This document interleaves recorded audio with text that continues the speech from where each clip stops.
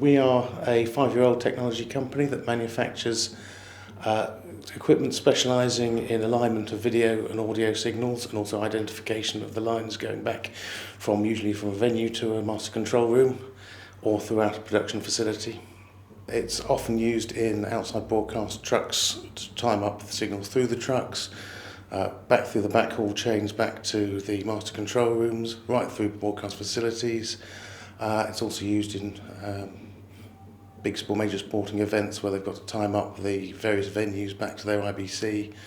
I think it's hugely beneficial to be small because you can move around much more quickly. We sit around the periphery of the technology that's used in broadcast, so most of the big players are focusing on the core technology of building broadcast infrastructure.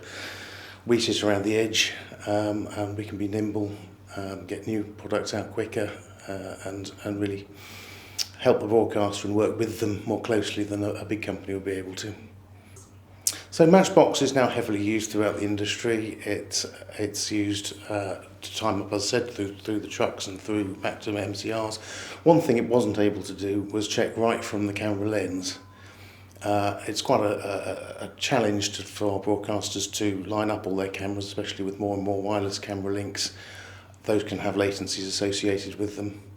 And one thing we weren't able to address was getting right from that camera lens back to the truck.